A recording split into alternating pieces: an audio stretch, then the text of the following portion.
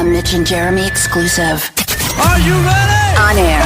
Online. You ready to have a good time? On your smart speaker and wherever you stream. The Mitch, Lafon, and Jeremy White Show. The Mitch, Lafon, and Jeremy White Show. Available wherever you stream. Catch up on past interviews and episodes. On demand now. Subscribe so you don't miss any of it. All right, brand new record called Rock Believer coming out on February 25th. You can pre-order it now wherever you get your music. Zappos Theater at Planet Hollywood. Big Residency kicking off on March 25th as well. Really excited to be talking to the one, the only, Klaus from the Scorpions. Hi, Klaus. How you doing?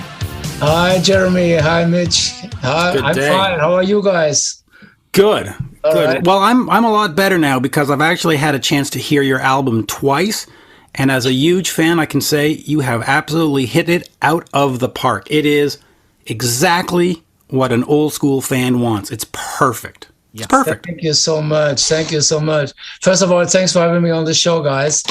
And that's great to hear. I mean, this is a time where the first reviews coming in, you know, and like just what you said, Mitch, this is what we try to achieve. There was a whole approach with this album because one of our good friends and diehard fan from the early days said, guys, if you make a record like Blackout, you know, then you hit it on the head, you know. This is what so many people, so many fans would expect from you.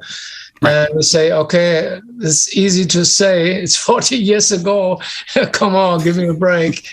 But we took it like a challenge, you know, because to be honest, we were not thinking about making a new album at all. This was around 2018 after a show in Athens. And then we thought about it and we made the decision, and we, from the very early days, we really focused on the hard and heavy community, and we took it serious, even though it's 40 years later. But we tried to reactivate the Scorpions DNA and go exactly that way, leaving outside writers out there, if possible. I mean, for two songs there are outside writers in there in the end of the day, but nothing wrong with an outside writer. More or less, you know, it's focused on typical Scorpions songs, Schenker Meine compositions, and of course Matthias throw a couple songs in there as well. You know, it's a typical Scorpions album, and that's what we try to do.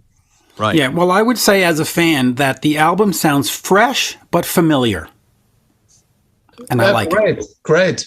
Thank you. I mean, the Corona time, the worldwide pandemic definitely gave us some extra time here in the studio. We planned to record the album in Los Angeles with Craig Fiedelman as a producer. And because of travel restrictions, we couldn't go there. We were stuck here, right here. And we had Greg every other day coming in via Zoom, you know, going through all the pre-production and stuff in the middle of 2020, I think. And we were stuck here in Hanover, but at the same time, we had a really good setup here. And from the technical point of view, in the studio setup was first class, was fantastic. We had an amazing sound. And it was not too bad after all these years of playing shows all over the world to sleep in your own bed at night, you know? Right. Yeah, I can imagine. And talking from a technical standpoint, I mean, listening to this record, I just want to say, first off, it's already the best sounding record of 2022 in the rock world sonically. Yep. You put on the record and, you know, I was listening to Seventh Son, for example, and the production on the mix of the bass and the drums and everything about it is just so sonically pleasurable. Talk about that a little bit. I mean, you guys have had some of the best sounding records through the years. What was the biggest difference about recording this record versus the stuff in the past? I mean, it would have been easy to go and pick it up where we left it with Return to Forever in 2015, work with our Swedish fans. But it was a totally different way making an album, you know. And so we left our comfort zone and we started this time. I mean, I started with writing lyrics in 2019 without any music at all. You know, it was like a storyteller kind of thing. And I sent Rudolf the lyrics saying, give me a killer riff, my friend. There's got to be some gas in the tank. It's got to be catchy. Come on. Yeah, exactly. So I was just on my own, working on lyrics, and it was really like a dialogue. Rudolf was in Thailand at the time, and I was saying, "Come on, give me a killer riff." Can we still do this? I was still good enough. Give me some shit here, and he did. He was inspired very much himself. Doing this the other way around, we were so used to, and I was so used to also writing words on the music, and this time was the other way around. So this is how we started, and and when we came here together in the studio, it was around May 2020. Then there were 20, 30 songs. We had lots and lots of material to pick the best ones, and with Hans Martin Buff, we had an amazing engineer. He used to work for Prince in Minneapolis for many years. Wow. So he knows exactly what he's doing. So we had a great team, great setup. And because of the travel restrictions, like I said, we started with Greg working via Zoom. Our dinner time was his breakfast time, and we were working through arrangement and stuff with him until it came to a point where we wanted to record. And Greg said, I have to be with you guys in one room. You have to come to Los Angeles. We have to wait until the travel restrictions will be lifted off a bit, or we have to wait for whatever time it will be, and we felt so confident at the time that we said, we don't want to lose the momentum. We're right in this so deep into this thing, we want to keep going, and then we decided to produce the album our own, together with Hans Martin, and to trust in our own team, and it was such a challenging moment at the time. Of course, we all like when you have the album in your hand and it says recorded in Los Angeles, California, Yeah. But I think, for us, it was good to say this time it's recorded Hanover, Germany, and it's hometown, it's our home base. And it was just completely trust in ourselves and our own team and the way we could do it, and without any influence coming from the outside, So did you guys record this live off the floor as a band? Yeah, we did. Wow.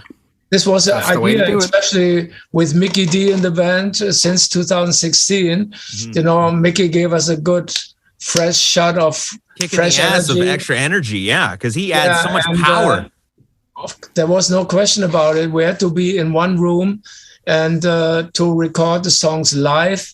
Of course, I had my vocal tracks or working tracks, whatever, but the band was in the room behind me, and we recorded all the songs and to figure out how it feels to play it live, because was one of the reasons we made this album. We wanted to change our set list, and throw in a couple of new ones. And I can tell you right now, there's definitely more than one or two songs in the new set list now, because there's so many great songs.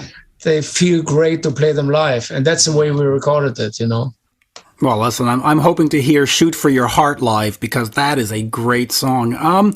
You're talking about when you're writing the album, you say, well, give me a great riff. But when you look back at what you've done over the last few years, whether it's Humanity Hour 1 with Desmond, Sting in the Tail, Return to Forever, you've had some of your best material in the last 20 years. Is there a lack of confidence going into the process, or is it just sort of the creative thing where you always say, oh, I don't know are you still looking to make the next great record, or the next one being the best one? I mean, one thing is for sure, to make an album, to make this decision after all these years, I mean, if you start, this will be a long and crazy run that starts right the day you make a decision to make a record, and if you make it, then you better do it right, and you want it to be a great album, not thinking about anything like this could be the last album or something. Yeah. Right. No, but to make the best album at the time and to bring all the creativity, bring all the qualities of the guitar players, of the drums, bass, the singer, bring it all together as a team and make the best out of it, effort to hopefully come up with something amazing, And of course, in the best way, best scenario, if you really surprise your fans with something maybe a lot of people don't expect right after this long career. So I was still capable of doing this. Can we pull this off and really come up with a great record? This is the question you ask yourself. And it's like I said, we have an empty piece of paper. There was no drawer where you are looking for old songs. Maybe I can use this one, or here find another like one. Rock My Car or whatever on Return to Forever. Nothing of this about this at all. It was all brand new songs, and you had to go deep, take a deep dive in your creative world, and hoping you find some gold. Yeah. You hit the gold mine, but you don't know. You never know. And but when the ball gets rolling and it all started, and then when we came together here and the first songs came up, it felt really good, and we felt good as a band together. And of course, guys, in a way, during this pandemic, for us, it was like therapy. It was fantastic. We had the chance to come here in our own bubble, close the door and leave Corona outside, and work our songs, create new music, and we had a great time. So we didn't make this album because of the pandemic. We made this album because it was planned to make this record. And when we came back from Australia and Southeast Asia in early 2020, right, when we came home with wearing masks from Singapore, nobody else did around here in Germany. And 2 weeks later, it went everybody crazy, It was mask Yes. down after that. So we were very lucky in that sense, and I have no reason to complain. We were stuck here, but in a good way, and it felt really good to use these lockdown times the best we could, The best you could. Just real quick, Dieter Dierks, of course, was the producer on a lot of the classic albums. When you're going into this album in terms of production, do you sort of go back and say, okay, if we're going to do the old riffs and the old thing and get you like another Blackout, do you go back to sort of his production techniques and say, what would Dieter do right now? What would he do? No, we didn't. We didn't. I mean, it's one thing to set your mind on the early 80s, but we wouldn't go too far, Then we could have gone to Cologne and to make this album with Dieter Dierks, if we wanted to go the whole way. But even that, you don't know where we would go doing that, Right. Come out of that scenario. Nobody knows, Maybe it would have been great, Dieter's a great guy. And we definitely owe him a lot in our career. He did a great job on so many iconic albums, looking back, But this is not only to look back, this is also looking forward, and making this album like an album of the way it should sound today.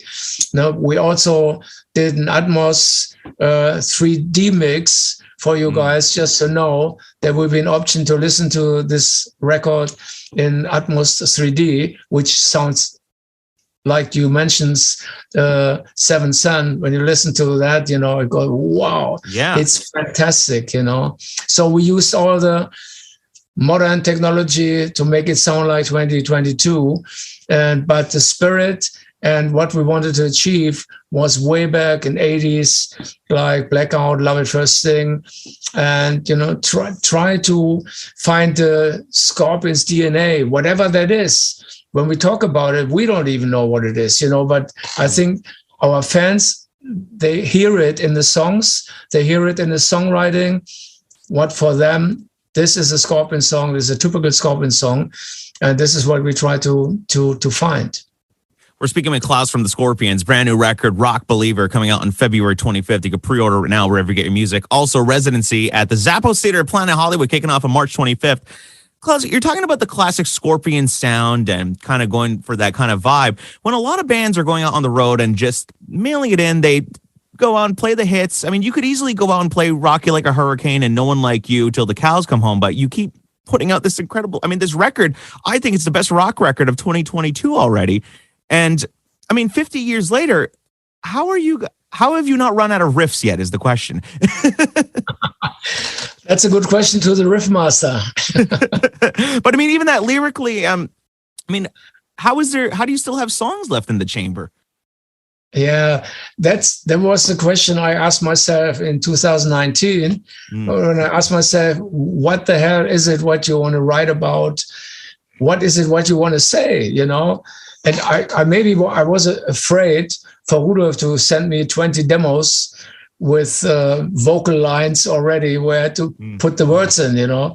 So I thought this time I better come up with the stories and what is it what I want to say, you know? So, and I started thinking about moments in time, countries, cities, or maybe special events where we all feel connected with, you know, and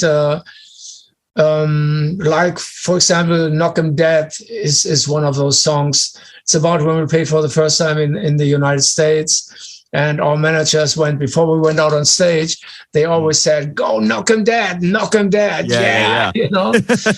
And so we did. And it's in the hook line, it says, "Knock 'em dead, don't let the fame go to your head. You know, I want it all and nothing less." You know, so the mind was back in 79, you know, for that song, you know. It would be stupid to say I want it all and nothing less, thinking 2022, you know. So this was right back there.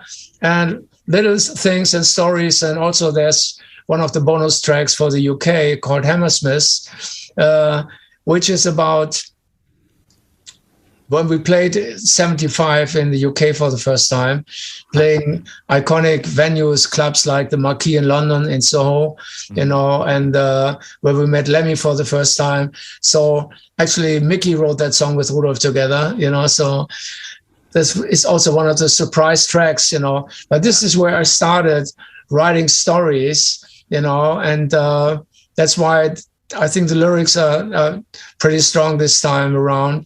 And it was a different approach, you know, just telling like a storyteller kind of thing. One of my favorite ballads by the Scorpions is "A Moment in a Million Years." I think it's just absolutely one of the greatest things you've ever done. Talk to me just real quick about the Eye to Eye album, because it really was an artiste or an artistic statement. I know folks always, you know, poo-poo over, but Priscilla, Obsession to Be... These are great songs. Are you proud of that moment and that you took the chance to make an artistic statement and not just sort of chase a single? Yes, and also we had a great artist as a producer. I mean, Peter Wolf, who used to play keyboards in Frank Zappa's band. You know, he had a beautiful studio in Swiss or Austrian. It was Austria. I think it was Austrian Alps. You know, very beautiful setting. And there are a couple of great songs on there. But for some reasons, I mean, it was the end of the 90s. We were experimenting a little bit, and we went out there maybe a little bit too far. But when you check it out, it's a great album. And like the songs you mentioned, and Moment in a Million Years. Beautiful song. It could have been recorded maybe in a lot of different ways. You know, I think on the album, what we did was the piano version where Peter Wolf played piano. And yeah, it's a beautiful song. You're right. You know, so there are a couple of great songs on there. But at the same time, in this moment in time where rock was really like gone. It was on a downward spiral, and that's why it was the perfect album, because it gave you a chance to just experiment. And it gave us a chance to experiment. And the next thing we did was a Moment of Glory with the Berlin Philharmonics, and then we came back with Unbreakable, which we recorded actually right here at this place, Peppermint Park. 2003, and when rock came back full circle, you know.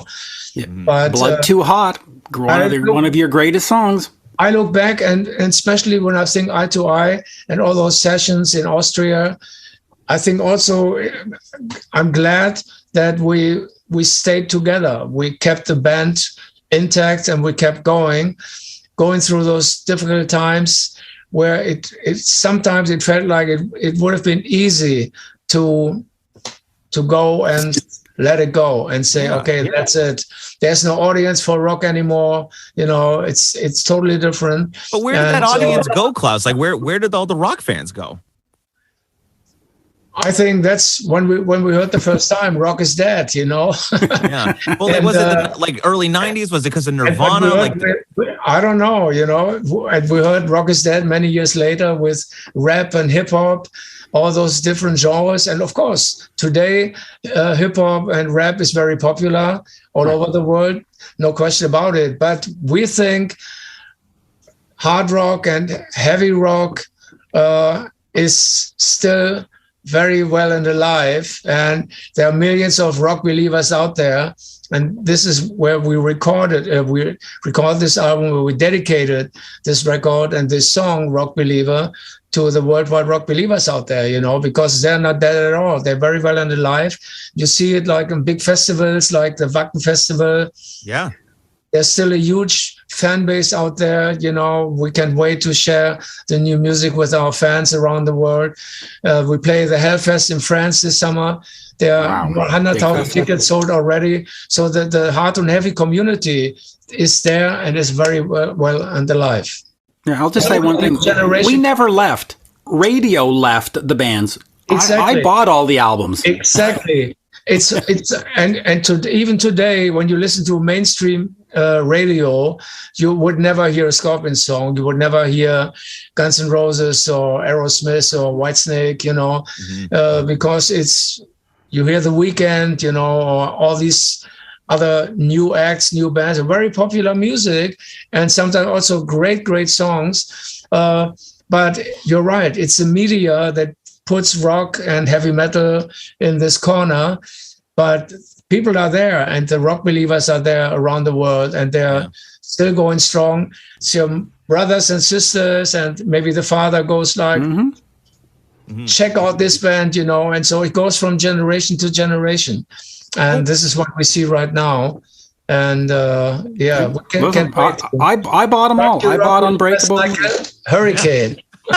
Go ahead. You know what, Klaus, I mean, it's funny you say that. I mean, you know, radio left and all this stuff. I mean, you listen to modern day rock radio and you put on an alt station, you're going to get 21 Pilots and you're going to get the Black Keys. But if you put on classic rock radio, well, they're going to play No One Like You and Rock You Like a Hurricane, and they won't touch the new stuff. I mean, why do you think that is? Like, is there a stigma around the classic acts putting out new music? Like, what is it? I really don't know. But I know what you're talking about. You have a new album out and you listen to your favorite rock station, and on comes No One Like You or Still Loving You or Wind of Change. You know, they used to play always the hits, and it takes a long time until the new material goes into the regular playlist, I guess, you know. Yeah. But I hope with this album, this process will be a little quicker, a little faster. Well, I'm hoping to hear Seventh Son on my local rock station, because I'll tell you what, that is the best song of this new record, Mitch. And he and I, we've been fighting over this. I'm like, it's Seventh Son. Yeah, Thank you. We've been fighting because I keep telling him it's shoot for your heart. That's what I keep telling him. But thank you. Yeah, Klaus, you have one stuff on there, and like Seventh Son is one of those heavy songs that very much in the same vibe like China White or Animal Magnetism, right? Mm-hmm. Yeah, it's really cool, very strong album track.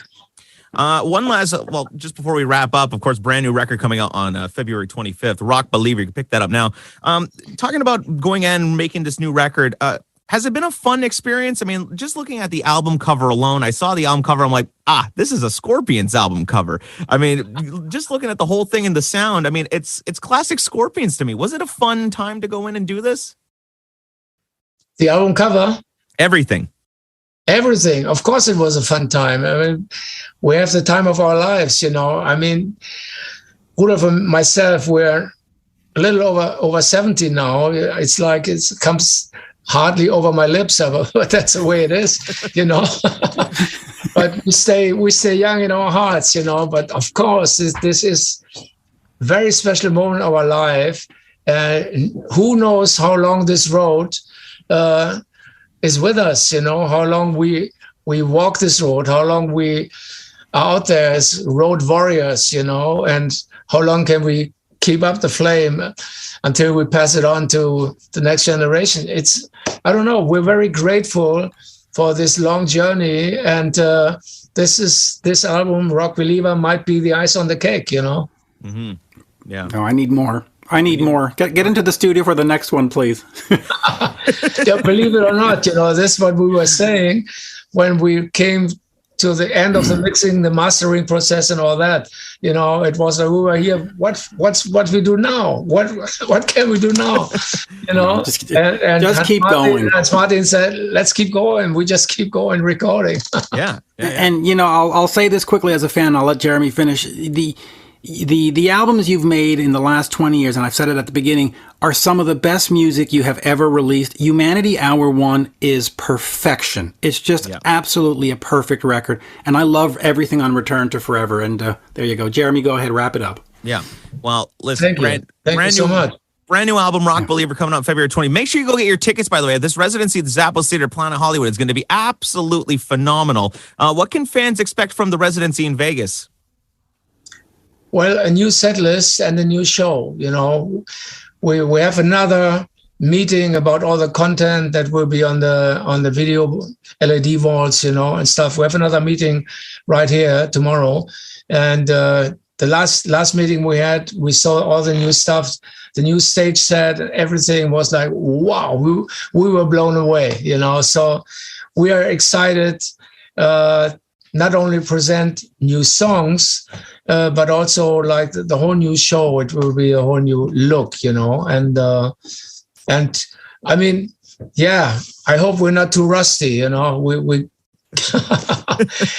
I think it's crazy when you think about it, it's 2 years break. It's like, oh God, no, so, but I'm sure since this residency, and the US fans will treat us very nice, and I'm sure they're excited as much as we are.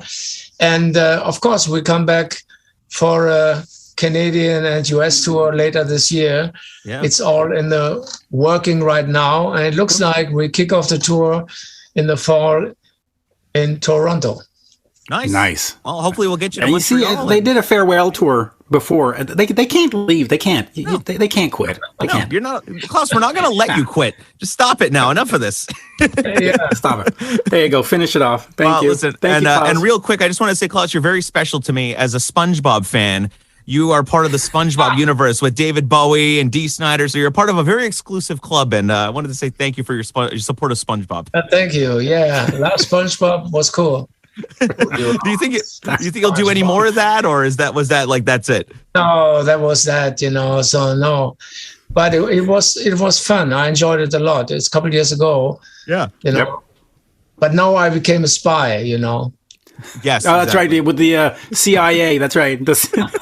Yeah. I'm gonna go listen to Wind of Change and go I don't know, solve some kind of political climate or something. Yeah. All right. Klaus, do you laugh at stories like that when you hear that? I mean, like, did the CIA write Winds of Change? Like, do you just crack up, or? Yeah, I mean, I cracked up.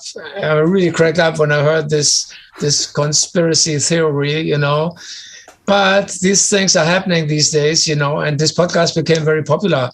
And celebrating 30 years of Wind of Change with a box set last year, this was some really extra promo, Yeah, it's perfect. It was amazing. So there's no truth to it at all. Right behind me, actually. CIA was not involved. Say again? I was going to say, so there's no truth to it. CIA was not involved. I mean, they were not involved in the making of this new album. That's for sure. There you go. There you go. Thank you, sir. Listen, go pick up Rock Believer, February 25th, Zappos Theater in Planet Hollywood, Vegas, March 25th. Go check it out. It's going to be the year of the Scorpions. I'm calling it now. It's already the best record of rock record of 2022. So, Klaus, this was phenomenal to chat with you, and hopefully we'll see you in Montreal this year. That'll be awesome. Yes. Thank you so much, Jeremy and Mitch. I really enjoyed talking to you guys. And yeah, you're in Montreal right now? Yeah. Both of us, yes. Both, yeah. Pretty cool, yeah. Great Of city. course. You know, You got the start- Entrance when we band here. kick off the tour in Toronto, that means we're in Montreal next, right? Of Yeah, course. hopefully. That's right. There you go. That's right. All right. It's Be there. already working, but we can't wait to see our Canadian fans as well, because it's also a good moment to say thank you to all you rock believers out there for all your love and support in so many years. Thank Yep. you. We love you. There we go. Merci. Merci bien. An all-new episode of The Mitch, Lafon, and Jeremy White Show. Tuesday at noon. Available wherever you stream. Catch up on past interviews Bonus content. and episodes on demand now. Visit youtube.com/Jeremy White Show. Follow Mitch and Jeremy on Twitter. Yeah, they're verified. @Mitch Lafon and @Jeremy White MTL.